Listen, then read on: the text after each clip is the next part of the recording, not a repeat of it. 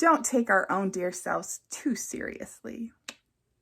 Today we're going to be talking about spotting. We're going to spot what we didn't know we didn't know. People can spend years and years doing therapy, trying to understand themselves, trying to see why do they have panic attacks? Why are they depressed? What is it inside of me that makes me me? Well, spotting is exactly that. You become a detective. Do you have your magnifying glass ready? Because today we are going to become detectives. We're going to use your magnifying glass on yourself. And it doesn't happen overnight. It takes time. So don't give up on yourself. It's not the destination that we're concerned about. It really is the journey. My son's singing in the background. He's going to love to see that in this video.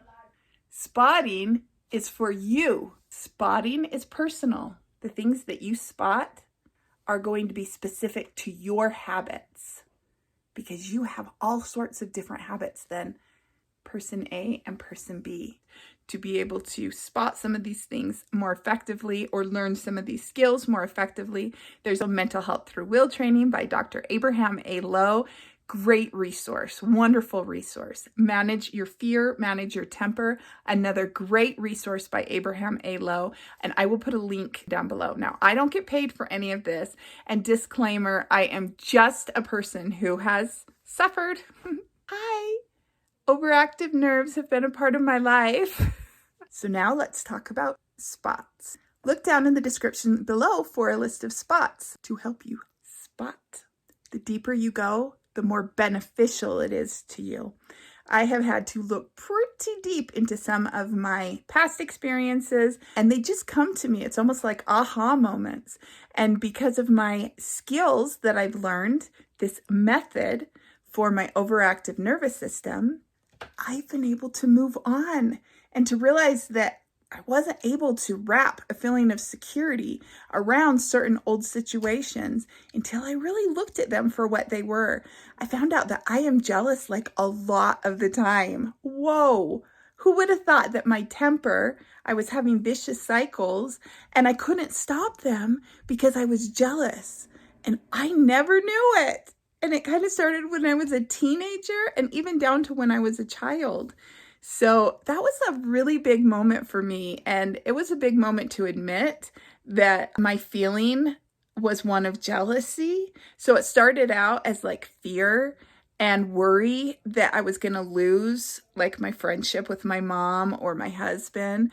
And then I wrapped it up to a feeling of jealousy. And then the more I used my muscles, we'll talk about muscles and how important those are as well. Remember in the last video, we talked about when you firmly plant your feet and you tell yourself that you're not going to run from that barking dog, that will tell your system. Remember that 4-part system, FIST, feelings, impulses, sensations, and thoughts. When you use one part of that system, so when you use your thought and your impulse, firmly plant your feet and you say, I'm not afraid of you, dog. All of a sudden, feelings, impulses, sensations, and thoughts, they'll all work together. So when one part of you, whichever is dominant, tells the rest of the system what to do, it really works. When I was telling myself that I was jealous and I couldn't let go of that feeling, then all the rest of my thoughts were of jealousy. So I was like worried and like, really, why are you late? Or did you really go hang out with that other friend of ours? It wasn't always like this, but sometimes it was. And when it wasn't good for me and it wasn't good for the people that I was hanging out with. And I just realized I was like carrying around this feeling of I must be weird, because I was always comparing myself. So another thing that we're going to talk about in these videos is the law of averageness. It's when you can accept that you are average. If one other person in the entire world has done what you've done, you're average. And all of a sudden that takes away this need for exceptionality, to be better than anybody else. And it brings this feeling of humility, of all I know is I don't know. And that when I am just allowed to be average, I don't have to perform at some level. I don't have to leave the party early for fear that someone might find out that I'm weird, because I'm just average and it doesn't really matter.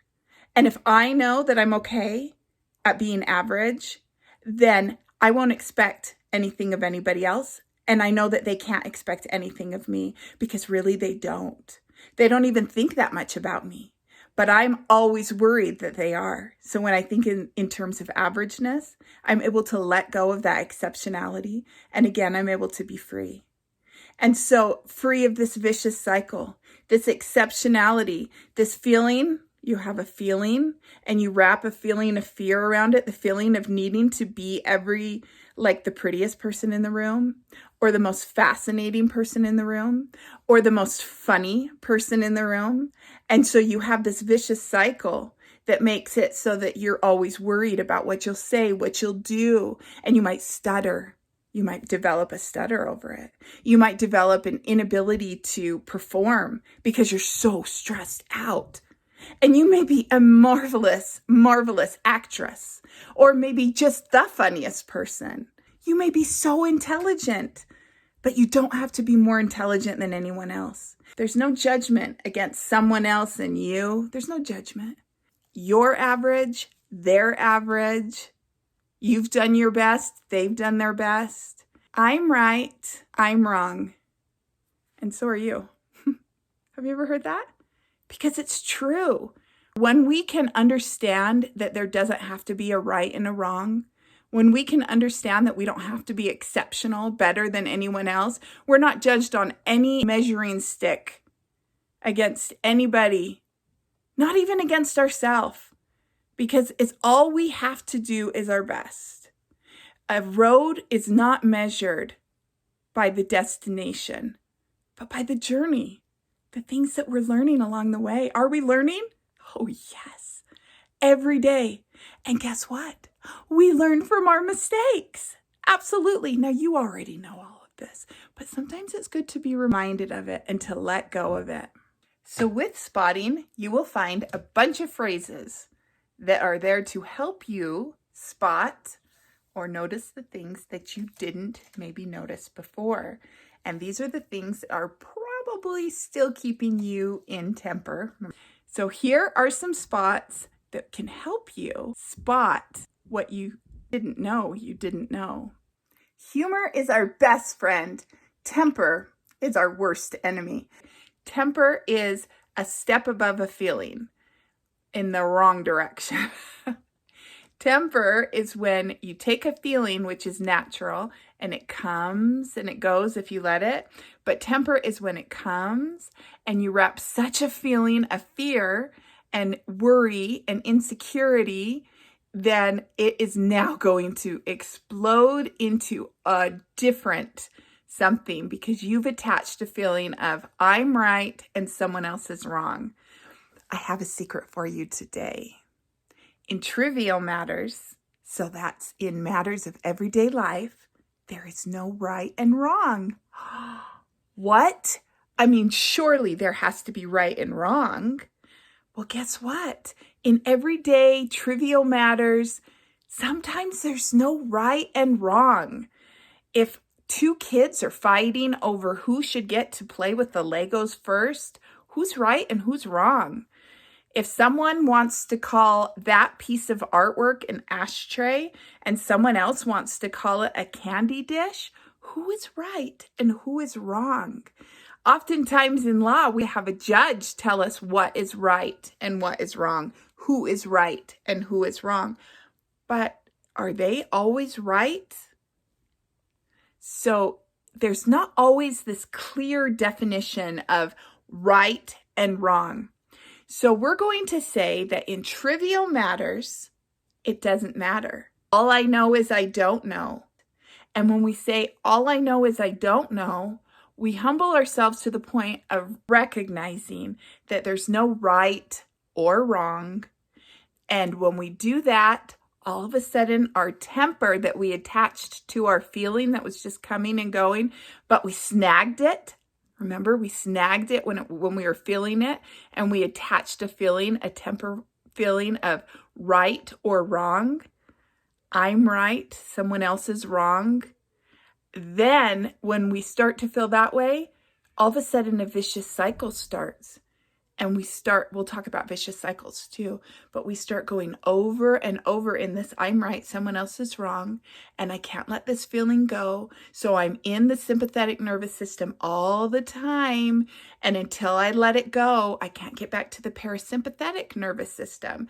And I'm all worked up. I'm worked up. I'm having scary feelings because I'm not feeling safe. I'm having symptoms. Oh, so many symptoms. I'm all aflutter. I can't breathe very well. I'm hot and sweaty and I don't want to go anywhere. I'm so tired. I don't want anybody to talk to me. I'm just so angry. And this is just going and going. And we're having impulses like, I don't want to go to school. I don't want to go to work. I don't want to see anybody.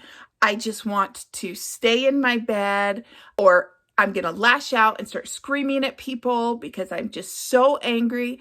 And the cycle is happening and we can't get out of it because we're feeling these feelings over and over, because remember, feelings just come and go. And even this feeling right here in the cycle is coming and going, but we're hanging on to it every time. And we're saying, no, you need to stay here because we're mad. We're right. Uh-oh. If we let it go, we don't have to feel that. Have you ever heard there's bitter and there's better? What's bitter? Could bitter be from this? And could better be letting it go and feeling peace and calm that comes from the parasympathetic nervous system?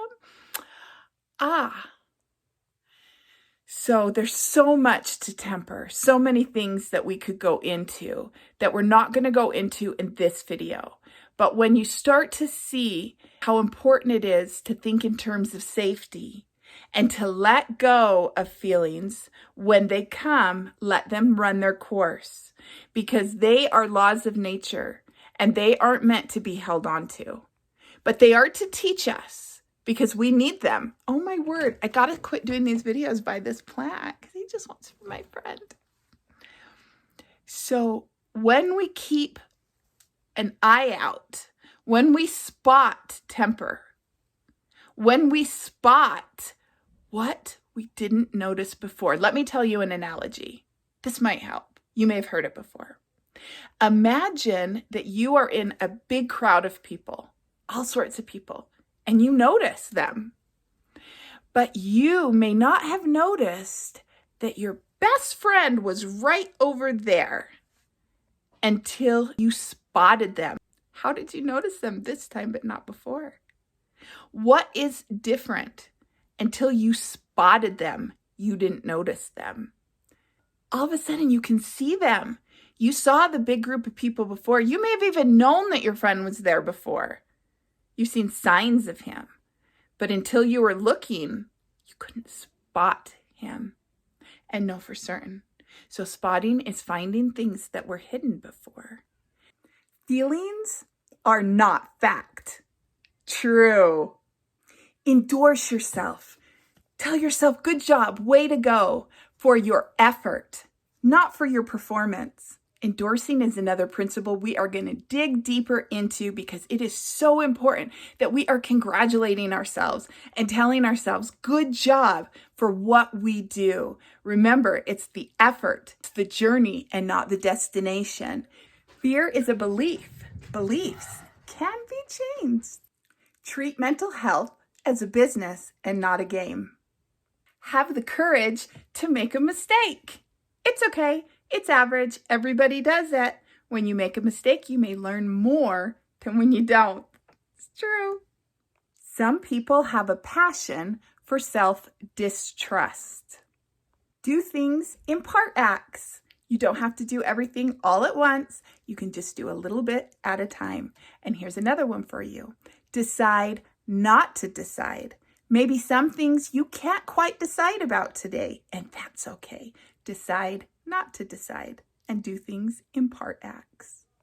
Don't take our own dear selves too seriously. Temper magnifies and intensifies feelings. Feelings should be expressed. Temper should be suppressed. We'll talk about the importance of holding down temper. It doesn't mean you can't express your feelings. Remember, temper is not feelings. That is, we've taken it up a level and now it has turned into something ugly. If you can't change a situation, you can change your attitude towards it. Nervous symptoms and situations are distressing, but not dangerous. Helplessness is not hopelessness. There is no right or wrong in the trivialities of everyday life. Calm begets calm. Temper begets temper. Temper is, among other things, blindness to the other side of the situation. Comfort is a want, not a need. We will have a future video, be looking out for it, for comfort versus effort. Ooh, this is a goodie. Be self-led. Take control, not symptom-led. Every act of self-control leads to a sense of self-respect. Do the things you fear and hate to do. This one's so hard, but when you do it, but when you show yourself that you can do it and you use your muscles, all of a sudden, not only your thoughts, but your whole body is telling all these other things that you're safe, and they're all gonna follow when you tell one part of your body that you're safe. And when you use your muscles to put an exclamation point behind it, then all of your feelings and sensations and impulses, they're all gonna follow suit. And instead of you having to say, I'm safe, I'm safe, I'm safe, all of a sudden your thoughts are gonna start coming on their own. This is okay, I'm okay. So these are just a few spots that might help you along the way. And there's more, so many more that you can find. You can look online for Recovery International. Gather together the spots that will work wonderfully for your own personal journey of spotting what you didn't know you didn't know. We look forward to seeing you on future videos. Have a great day.